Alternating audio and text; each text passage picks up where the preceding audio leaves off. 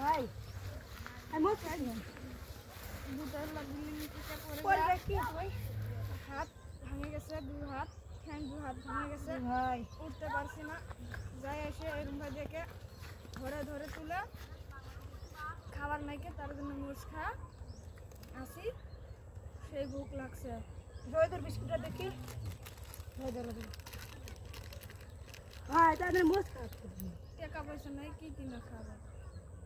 মুড় ছাড়া আমার কপালে কোনোটাই জুটে না। ভাই এখানে 10,000 টাকা আছে ভাই ধরো ধন্যবাদ তোমার। 10,000 তোমার ভাই এই কাহিনী কইও ভাই ভাই কাম করতে গেছিলাম,